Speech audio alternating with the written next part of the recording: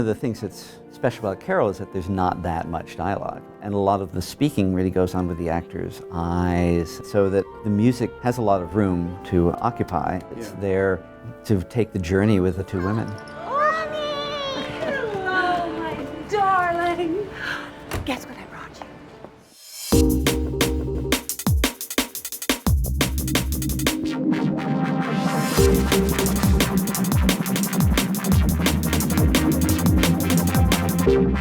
This is Steve Chagollan with Artisans. Carter Burwell has been a top movie composer for more than 30 years. He's mostly known for his work with the Coen brothers, but this year he got his first Oscar nomination for Todd Haynes' film Carol, the screen adaptation of Patricia Highsmith's groundbreaking lesbian romance, The Price of Salt. Did Todd Haynes give you some kind of sense of what he wanted in terms of mood and tone? And with Todd, as well as a lot of the directors I work with, they sort of leave me to my own devices. I do not recall any actual instruction at all. And I think that's not a bad idea, because it's hard to talk about music without actually having music there. And then once I'm writing, then we have a lot to talk about. Todd is very good at putting into words what the music's doing to the scene, what it's doing to the characters.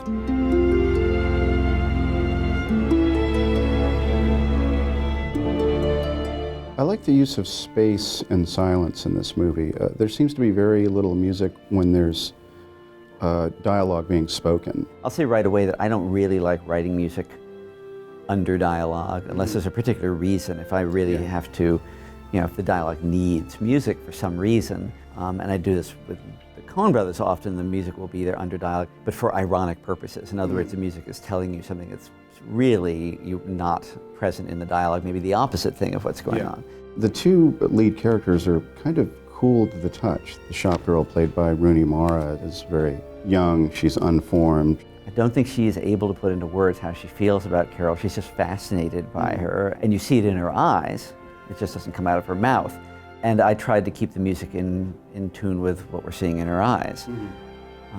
With Carol, that coolness is something that she puts on because it attracts attention, but it also protects her at the same time. Anyway, the trick was to stay with the progression of the development of their feelings, never get ahead of it. But yes, it requires a lot of restraint. Would you like to come visit me this Sunday?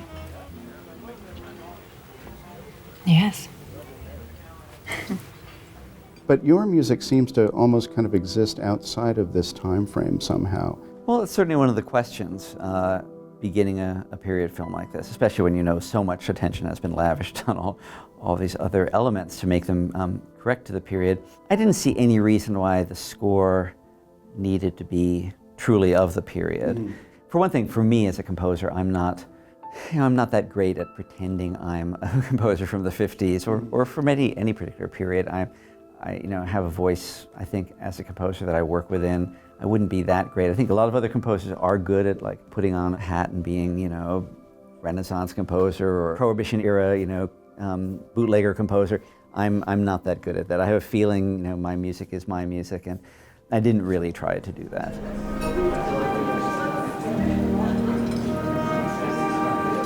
I noticed that you both orchestrated and conducted the score. Is that unusual for composers to do those various tasks? I think in the film business it's a little unusual. I mean, there's certainly people who do it, but the reason why most people maybe don't, or some people don't conduct, is that they want to be in the control room with the director while the music's being recorded and talk to the director and what have you. But I like to conduct. I learn a lot from being out there with the orchestra, and I just feel also I can get information across to them that maybe didn't make it onto the page. The act of film composing is always done to a deadline, and it's challenging. And also it's just fun, It's, for me, I spend 95% of my life alone in a room writing, and that little 5% where I'm conducting with the orchestra is very exciting.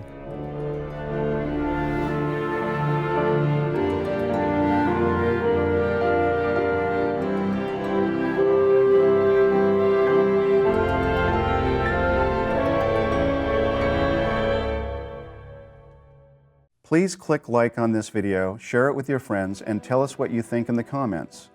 We love making these Artisans videos, and your shares, likes, and comments help us keep on making them. Want to hear more about scores and songs? Click on the box on the left to hear Diane Warren talk about Till It Happens to You, the Grammy and Oscar-nominated song she wrote with Lady Gaga.